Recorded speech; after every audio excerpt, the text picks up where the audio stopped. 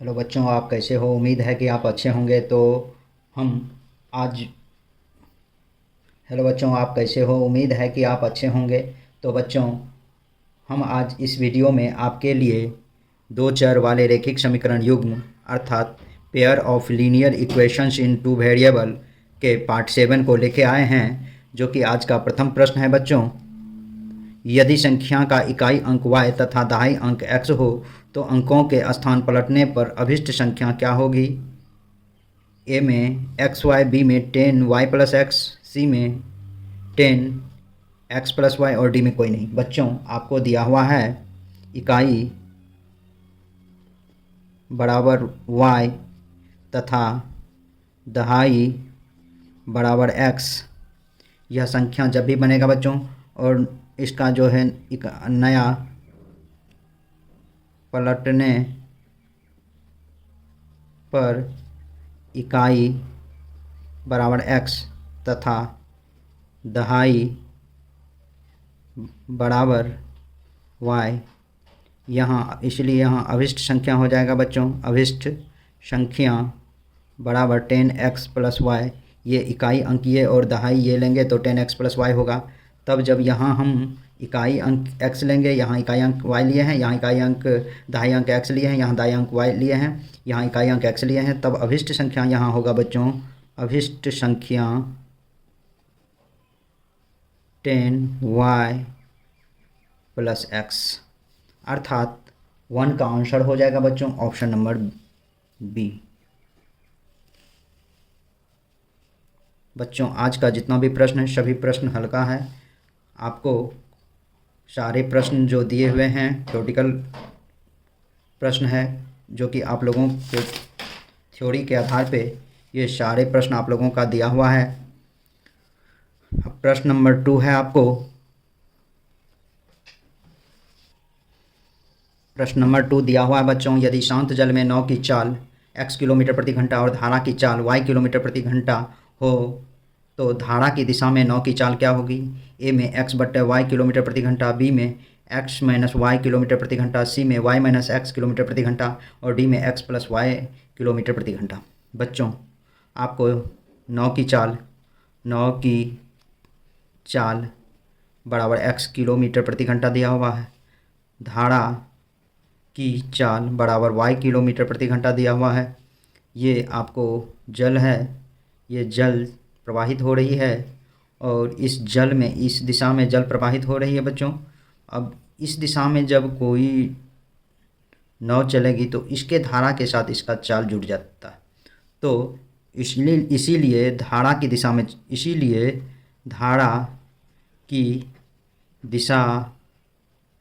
में नाव की चाल होगी बच्चों x plus y kilometre per hour, अर्थात 2 का आंसर हो जाएगा बच्चों ऑप्शन नंबर डी।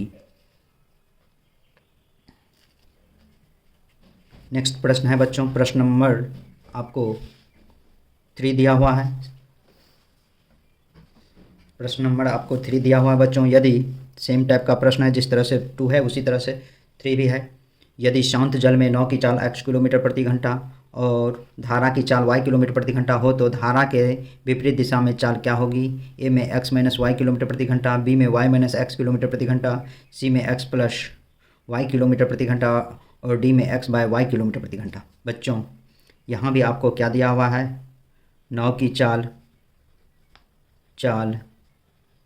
बराबर x किलोमीटर प्रति घंटा, धारा की चाल बराबर y किलोमीटर प्रति घंटा।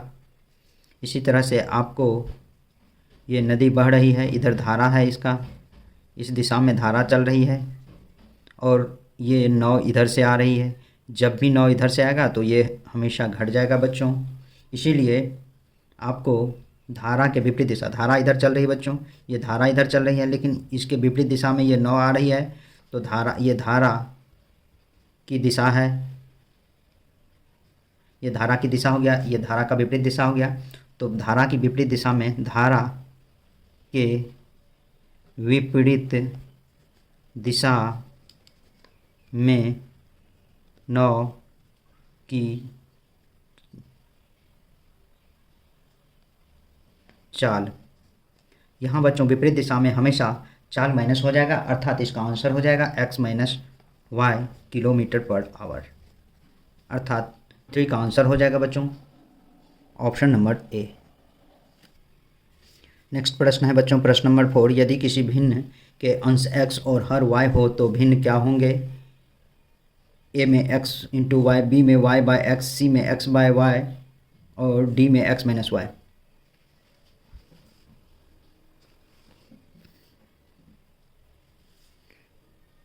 बच्चों अंश बराबर x, हर बराबर y दिया हुआ है।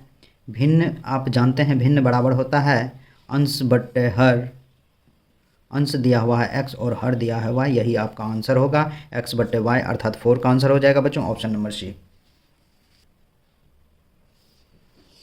नेक्स्ट प्रश्न है बच्चों प्रश्न number 5।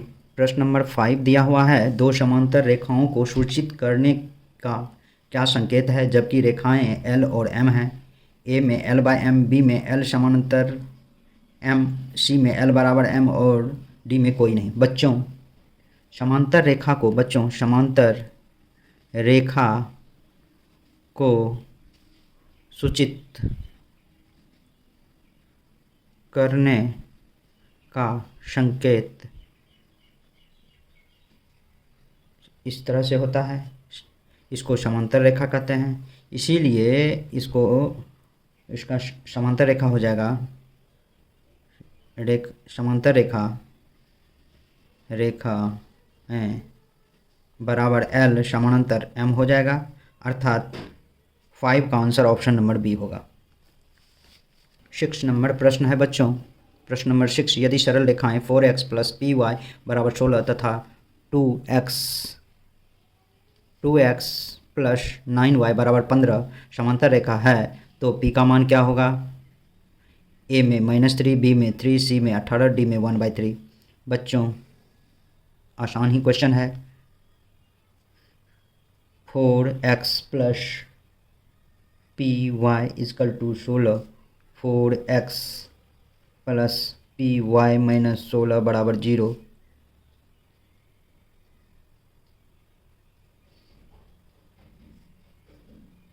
To x plus 9y बराबर 15, 2x प्लस 9y माइनस 15 बराबर 0। a1 equal to 4, b1 equal to p, c1 equal to -16, a2 equal to 2, b2 equal to 9, c2 equal to -15।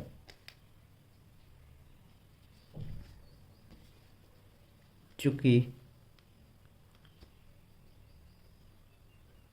a1 बट्टे a2 बराबर 4/2, 2/1, b1 बट्टे b2 equal to p/9, c1 बट्टे c2 equal to -16 बट्टे -15, minus cut गया 16 बट्टे 15, c1 बट्टे c2।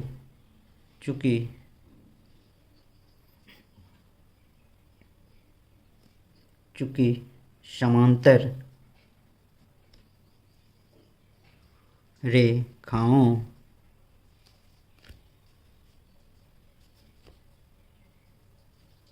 का शर्त है a1 बट्टे a2 बराबर b1 बट्टे b2 बराबर नॉट इक्वल टू c1 बट्टे c2, तो ये हो गया 2/1 equal to p/9 equal to not equal to c1 16 बट्टे 15। तो आप 2/1 इजकल टू p/9 कर ले, 1 into P equal to 2 into 9 p, इसीलिए p इजकल टू 18 होगा बच्चों, इसीलिए 6 का आंसर ऑप्शन नंबर सी होगा। 7 नंबर प्रश्न है बच्चों, दो रेखिक समीकरणों के लेखा चित्र यदि समांतर रेखाएं हो तो हल की संख्या क्या होगी? ए में 0, बी में 1, सी में अनगिनत, डी में इनमें से कोई नहीं। बच्चों a1x plus b1y plus c1 equal to 0 होता है, a2x plus b2y plus c2 equal to 0 होता है बच्चों। चूँकि A1 बटे A2 बराबर B1 बटे B2 doesn't equal to C1 बटे C2 होता है। इस स्थिति में कोई हल नहीं होता है।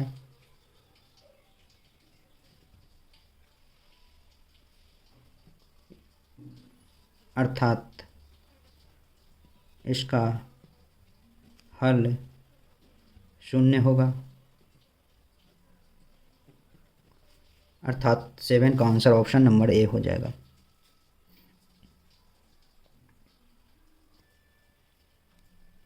नेक्स्ट और 8 नंबर प्रश्न है बच्चों, समीकरण 2x प्लस 3y बराबर 4 तथा 4x प्लस 6y बराबर 12 के आलेख किस प्रकार की सरल रेखाएं होंगी।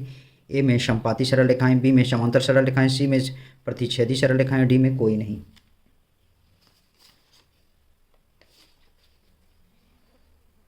बच्चों 2x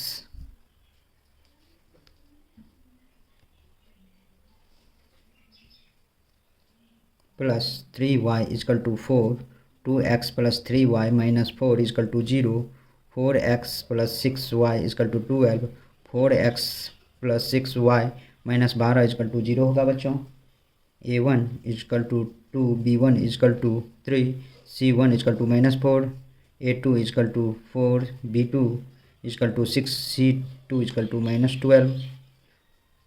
A1 बटे A2 2/4 1/2, B1 बटे B2 इजकल टू 3/6 1/2, C1 बटे C2 इजकल टू -4/-12 1/3। चूँकि A1 बटे A2 इज टू B1 बटे B2 doesn't is equal to C1 बटे C2 है, इसीलिए दिया गया समीकरण हमेशा समांतर सरल रेखाएं होगी। अर्थात 8 का आंसर ऑप्शन नंबर बी होगा बच्चों। नेक्स्ट अर्थात 9 नंबर प्रश्न दिया हुआ है बच्चों।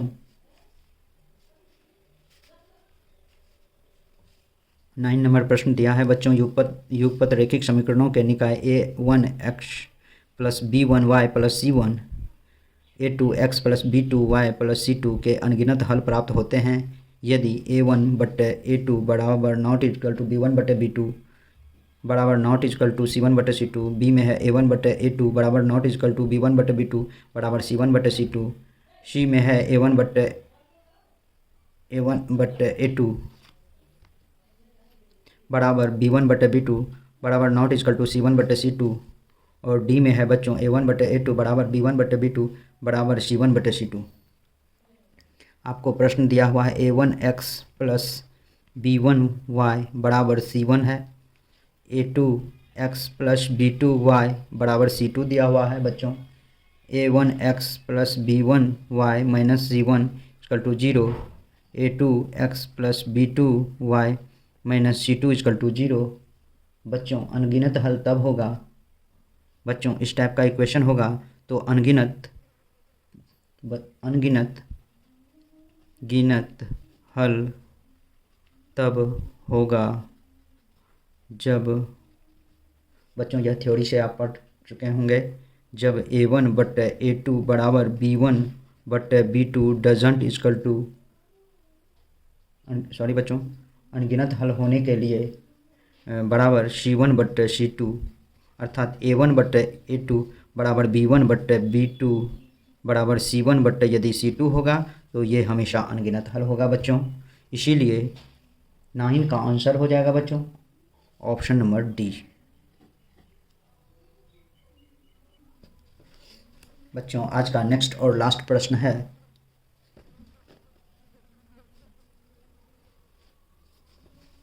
दिया है यदि दो चर में दो रैखिक समीकरणों के हल अनंत हो तो उनके आलेख क्या होंगे। ए में 2 समांतर रेखाएं, बी में 2 प्रतिच्छेदी रेखाएं, सी में 2 समपाती रेखाएं, डी में इनमें से कोई नहीं। बच्चों ये थ्योरेटिकल प्रश्न है। जब भी 2 चर वाले रैखिक समीकरण, जब भी 2 चर वाले रैखिक समीकरण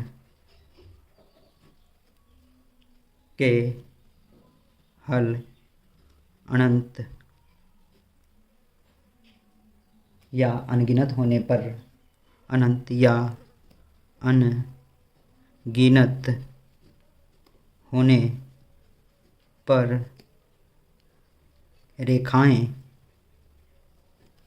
समपाती होती है। इसीलिए 10 का आंसर हो जाएगा बच्चों ऑप्शन नंबर सी। तो बच्चों आज के वीडियो में बस इतना ही। मेरे यूट्यूब चैनल पर बने रहने के लिए आप लोगों को बहुत बहुत धन्यवाद तथा ऐसे वीडियो को देखने के लिए हमारे चैनल को ज़रूर से ज़रूर सब्सक्राइब करें। तो बच्चों बहुत बहुत धन्यवाद।